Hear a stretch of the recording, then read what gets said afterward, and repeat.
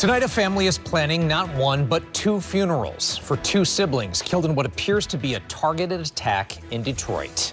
And even more heartbreaking, a baby found alive at the scene will now have to grow up without his mother. The victims gunned down here on McKinley Street in broad daylight had been identified by family as Ray and Takoya Rita Johnson. For their cousin, Takoya Brown, the loss is immeasurable. That girl was like my sister. We were together every day. Like, you see her face, you see mine. She was a good spirit. She'd help anybody. She'd get her clothes off her back. What was this about? I'm not really for sure. I just know that it was some media stuff going on. And Social media? Yeah. I hope this is a lesson to everybody in the world. Why is that your response? Do you think that makes you like a hero or make you tough? That makes you a target. You can never sleep good after that. I'm begging you, Detroit, calm down. Calm down. Whatever it was, it ain't worth day life in your life. Just after 2 p.m. on Wednesday, May 20th, 2026, a barrage of gunfire shattered the quiet of the 9,600 block of McKinney Street on Detroit's east side. A gunman on foot approached two separate vehicles parked outside a family home, unleashing a targeted execution that instantly claimed the lives of 27-year-old Takoya Rita Johnson and her 33-year-old brother, Ray Johnson. Yet, amidst the shattered glass and chaos, first responders discovered a miracle. Rita's 1-month-old newborn son was sitting in the back seat, completely untouched by the rain of bullets. Investigators quickly realized this was no random street crime, but a calculated hit sparked by a toxic escalation on social media. This case is developing rapidly as tech analysts trace the digital footprints tied to this online feud. To ensure you don't miss the upcoming updates on the suspect's identity and the formal charges, hit the subscribe button and turn on notifications now.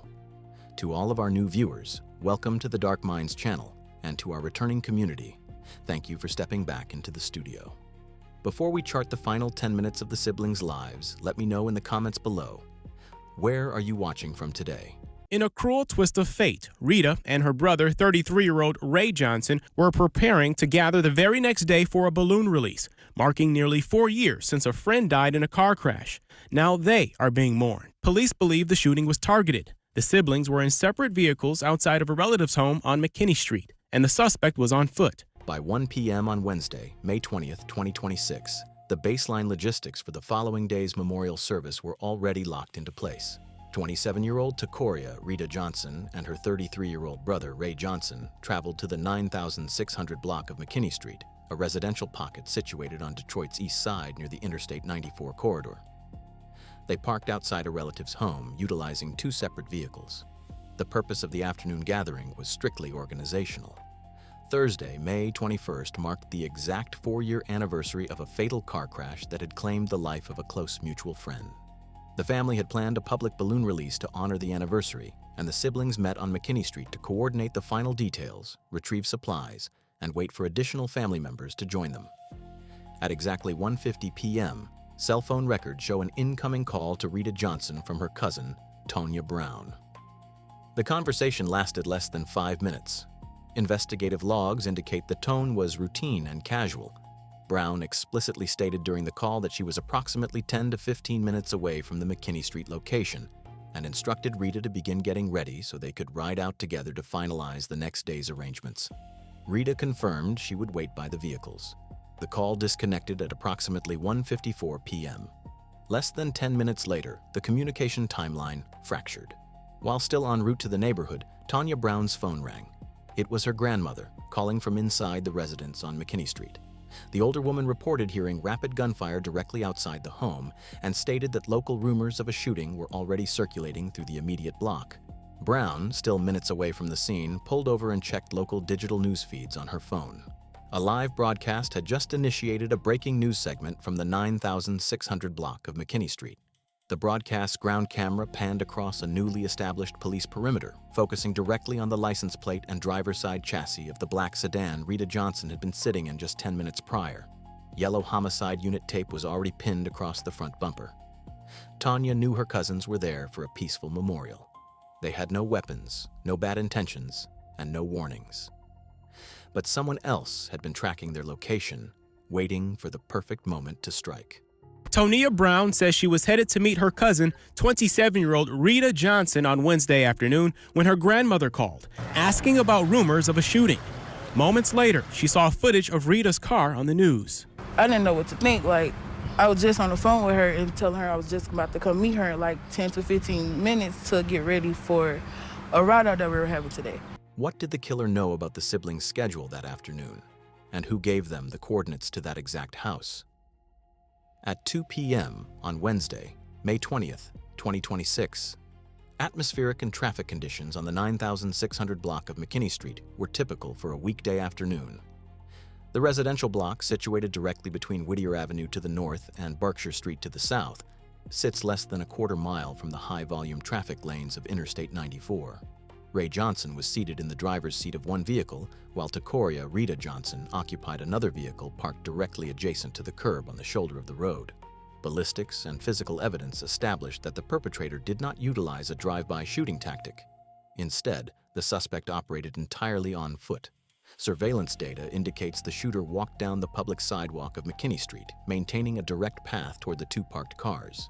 The approach occurred in full daylight, with no attempt made to utilize the cover of the surrounding residential structures or parked vehicles. Upon reaching the target vehicles, the gunman bypassed the rear frames and stepped directly up to the driver's side windows. The shooter deployed a semi-automatic firearm at close range, discharging multiple rounds in rapid succession through the glass of the first vehicle before instantly pivoting to fire into the second. The proximity of the shooter to the glass and the velocity of the muzzle discharge left high-concentration gunpowder residue on the exterior panels. The entire firing sequence lasted under 15 seconds, executed within clear line of sight of neighboring front porches and the adjacent thoroughfare leading toward the interstate.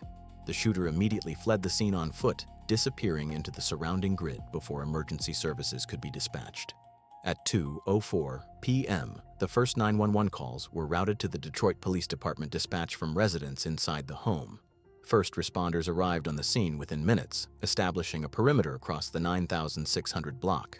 Paramedics confirmed that both Ray and Rita Johnson had sustained fatal trauma from multiple close-range gunshot wounds and were deceased in their respective driver's seats. During the initial forensic sweep of Rita Johnson's vehicle, responding officers detected movement in the rear passenger section. Upon opening the door, they located a 1-month-old infant secure in a rear-facing car seat, surrounded by shattered window glass and ballistic impacts, but entirely untouched by the projectiles. Executing a double homicide on foot in broad daylight right next to a major highway requires an unsettling level of confidence. The shooter didn't even care to look inside the back seat before pulling the trigger. This left the Detroit Homicide Unit with a chilling realization.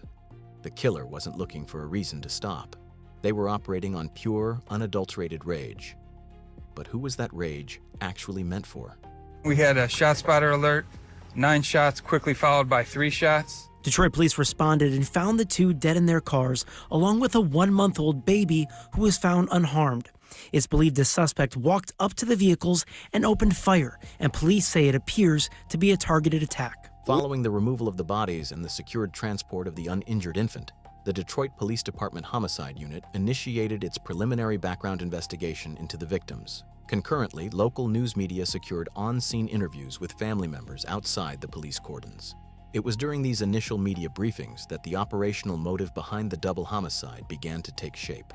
Tonya Brown, acting as the primary spokesperson for the family, provided on-camera statements to field reporters detailing a documented conflict. According to Brown, the shooting was the physical culmination of an active, escalating feud that had been playing out publicly across social media platforms over the preceding days. Family members reported that specific threats and hostile exchanges had been generated online, establishing a clear trail of digital hostility visible to a broad network of users. However, forensic analysis of the digital evidence revealed a critical discrepancy regarding the targets. Or y'all can get beat on. Like I said, is dead, baby. His dead ass mama, that bitch ashes like on the tip of this blunt, or that bitch a bag of bones. Which one? Nah. And I said it. And f that dead ass baby too. Nah. And whoever else feels some type of way. I don't give a fuck about that brother, that nigga brother, none of them.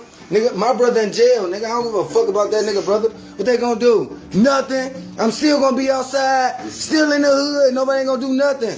I'm still gonna make my money and ride through this bitch. Nigga, f they mama. That bitch dead. Bitch, ain't nothing but these ashes on my blunts. Go cry. Mother's Day just passed. Ain't that bitch Death Day or something coming up? Nigga. Nah, y'all could.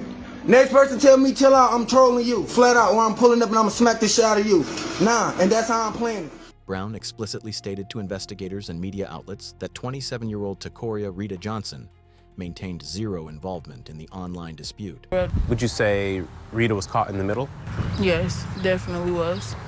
She should have never even been here, just, wrong place at the wrong time. But amid the horror, a miracle. Police say Rita's 1-month-old baby boy was in the back seat of the vehicle during the rain of bullets. He was physically unharmed. Network data and personal testimonies confirm that Rita had not authored any provocative posts, had not replied to any hostile comments, and was entirely unaligned with either side of the digital conflict. Legally and logistically, her presence at the 9600 block of McKinley Street was dictated strictly by the coordination of the upcoming memorial service, positioning her as an unlinked third party inside the zone of execution. If Rita was completely innocent, it leaves a massive, gaping hole in the timeline. Was her brother, Ray Johnson, the true target of this online retaliation? Or did the shooter simply pull up to that house on McKinley Street, intending to eliminate anyone related to the person behind the keyboard?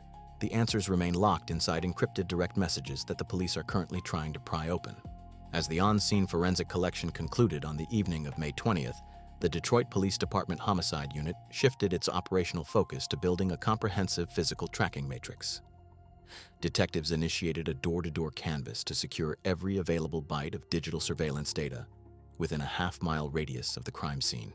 Tech units began downloading footage from residential doorbell cameras, private security systems, and commercial lens feeds flanking the intersection of McKinley Street and Whittier Avenue, as well as the southern exit point toward Berkshire Street. The objective of this digital dragnet is to isolate the exact timeline of the suspect's arrival and escape.